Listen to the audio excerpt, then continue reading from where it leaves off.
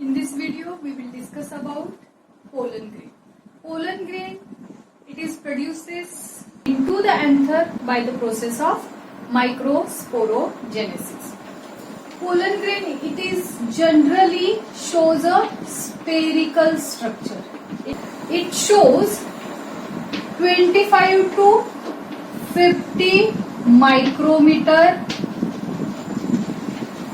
diameter. Pollen grain generally spherical स्ट्रक्चरचा असतो आणि 25 ते 50 मायक्रोमीटर एवढा त्याचा डायमीटर असतो. पोलन ग्रेन शोविंग अ सेल वॉल. ग्रेनच्या सेल वॉलला काय म्हटलं जातं तर स्पोरोडर्म. आता जो स्पोरोडर्म असतो इट शोविंग अ 2 लेयर्स. जो वरचा लेअर असतो त्याला आपण एक्झाईन असं म्हणतो आणि इनर लेअर जो असतो त्याला एंटाईन असं म्हणतो. सपोज हा पोलन ग्रेन आहे, याला जो हा लेअर आहे तो जर एंटाईन असेल तर एंटाईनच्या वरच्या बाजूला हा लेअर असणार आहे, तो असणार आहे exine. Exine ex outer layer inner layer. आता जो इनर लेअर आहे तो it is made up of by cellulose and pectin. Inner layer हा सेल्युलोज आणि पेक्टिन पासून बनलेला असतो. It is made up of by cellulose and pectin and it is a continuous layer or regular layer. या लेअरला आपण कंटिन्युअस लेअर असं म्हणू शकतो because there is no any interruptions. त्याला कुठेही इंटरप्शन्स नसतात त्यामुळे त्याला आपण कंटिन्युअस लेअर असं म्हणतो. आता हा जो लेअर आहे तो थिन असतो. आता एक्झाईन आउटर लेअर आहे आणि it is made up of by most resistant substance named as sporopollenin.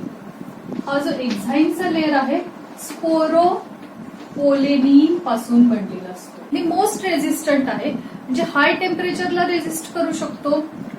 It resist to alkali medium, it resist to a strong acid and it resist to a enzyme. या कुठल्याही गोष्टीचा त्याच्यावर काहीही परिणाम होत नाही.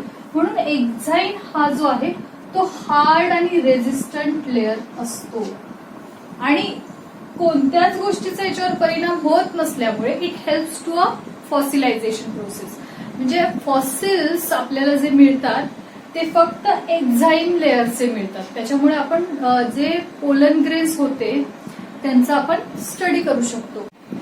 स्पोरोपोलेनिन हा जो आहे तर हा जिथे अब्सेंट असतो तिथे जर्म पोरचं फॉर्मेशन होतं.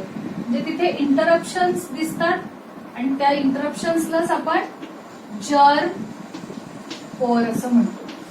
आता एक्झाईन हा लेअर असं असतो की it fascinating to the design and pattern of pollen grains. Different flower having a different types of pollen grains and this is because of this exine layer. ते जे structure किंवा pattern design pollen ग्रेनचं form होतं ते कुठल्या लेअरमुळे फक्त exine लेअरमुळे. आता exine बद्दल काय सांगितलं. Exine is made up of by sporopollenin. It is a highly resistant organic material. It resist to the high temperature, it resist to the enzymes, it resist to a alkali medium, it resist to a strong acid medium and because of this layer is helps to the fossilization process. Into this entine there is a cytoplasm and this cytoplasm is covered by a plasma membrane. This cytoplasm is covered by plasma membrane. Plasma membrane. Suppose हा microspore आहे, हा pollen grain आहे आणि या pollen grain मध्ये व्हॅक्युओल आहेत आणि nucleus आहे. हे व्हॅक्युओल्स आहेत and this is nucleus. After maturation, this nucleus is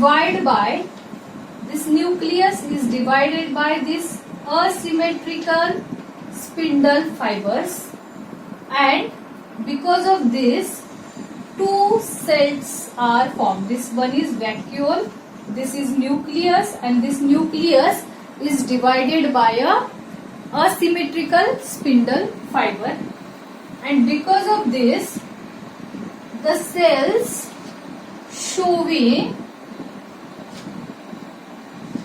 two-celled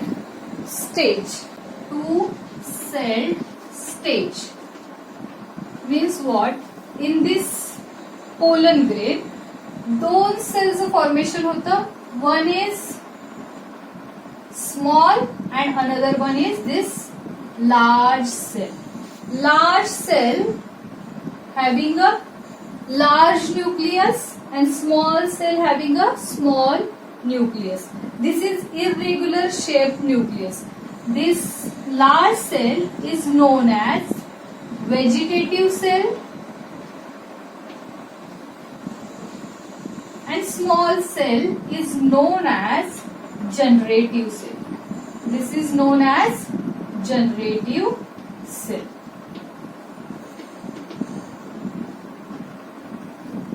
Generative cell having a small nucleus and vegetative cell having a large nucleus and a large amount of reserve food than this cell.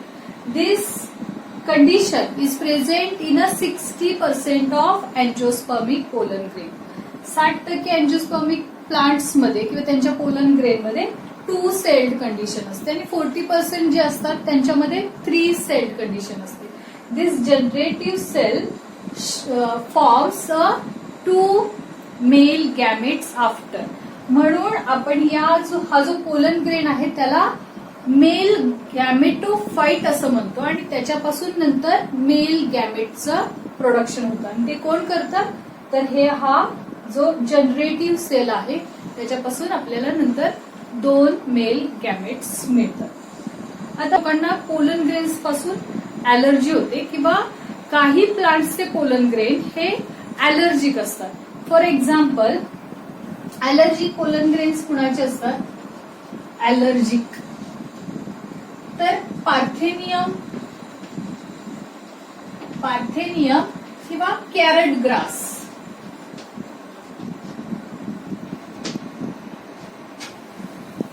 Second plant आहे amaranthus आणि third one is chenopodium.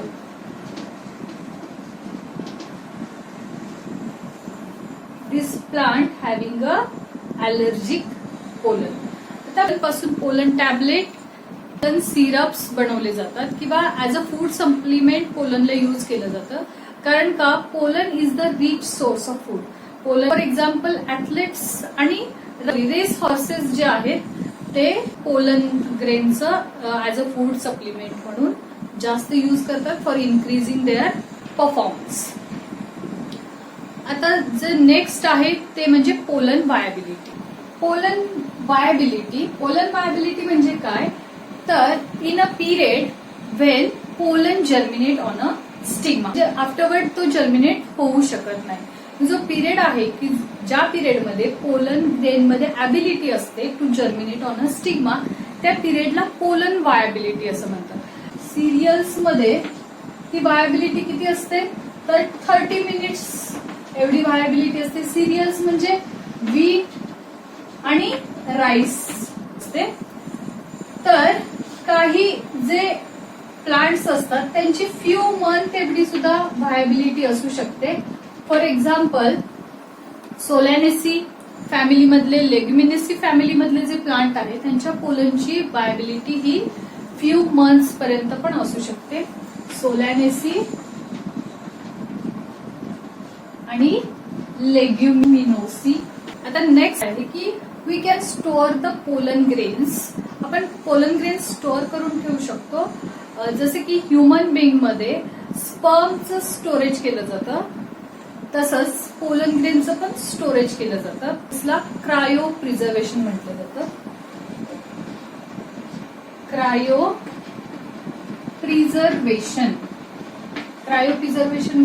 Preservation म्हणजे काय, तर storage of pollen grains into a liquid nitrogen, into